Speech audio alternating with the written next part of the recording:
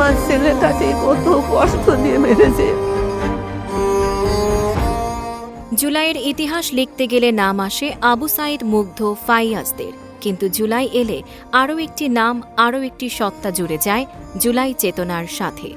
আজ থেকে ঠিক ৭ বছর আগে যেই সত্তাকে ধ্বংস করা হয়েছিল বুয়েটের একটি কক্ষে, নির্মমভাবে থামিয়ে দেওয়া হয়েছিল ভারতীয় আধিপত্যের বিরুদ্ধে গর্জে ওঠা এক কণ্ঠস্বরকে।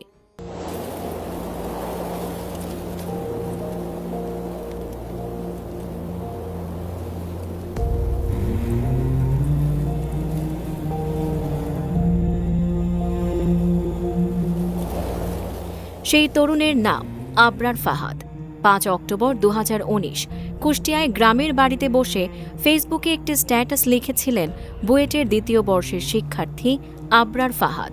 সেখানে তিনি ভারত বাংলাদেশের কয়েকটি দ্বিপাক্ষিক চুক্তি নিয়ে তুলেছিলেন প্রশ্ন। তিনি লিখেছিলেন, যে দেশের এক রাজ্যই অন্যকে পানি দিতে চায় না, সেখানে আমরা বিনিময় ছাড়া দিনে ১.৫ লাখ কিউবিক মিটার পানি দেব।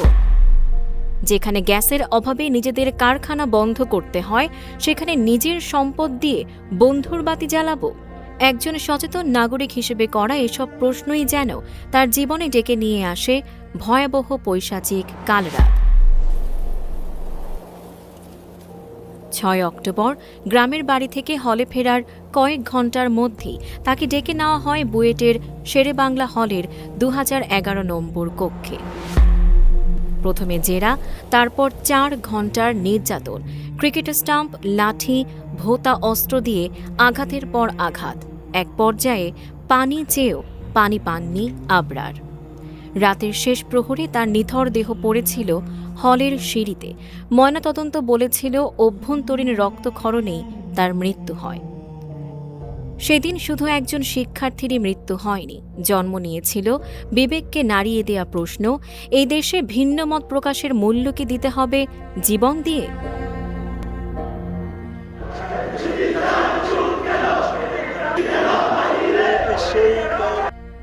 আবরার হত্যার পর উত্তাল হয়ে ওঠে বুয়েট।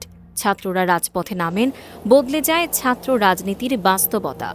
তার ঠিক ৫ বছর পর আবারও উত্তাল হয় বাংলাদেশের রাজপথ।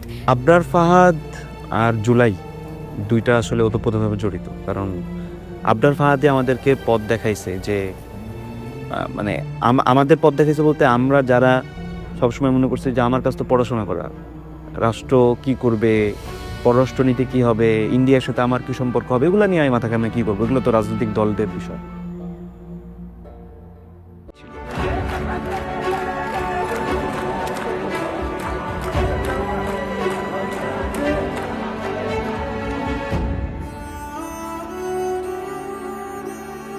যেখানে হাজার হাজার আবরারে ছেয়ে যায় ঢাকাসহ সারা দেশের রাজপথ।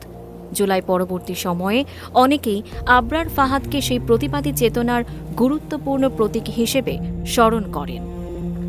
২৪ পরবর্তী বাংলাদেশে জুলাইয়ের সম্মুখ সারির সমন্বয়করা বিভিন্ন সময় দাবি করেছেন, আমরা শহীদ আবরার ফাহাদের উত্তরসূরি।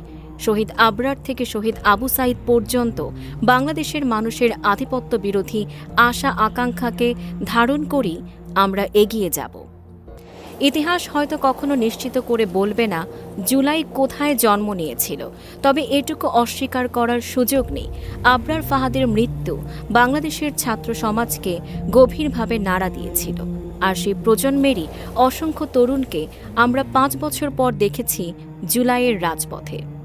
হয়তো এ কারণেই জুলাই এলেই মনে পড়ে সেই নাম, শহীদ আবরার ফাহাদ।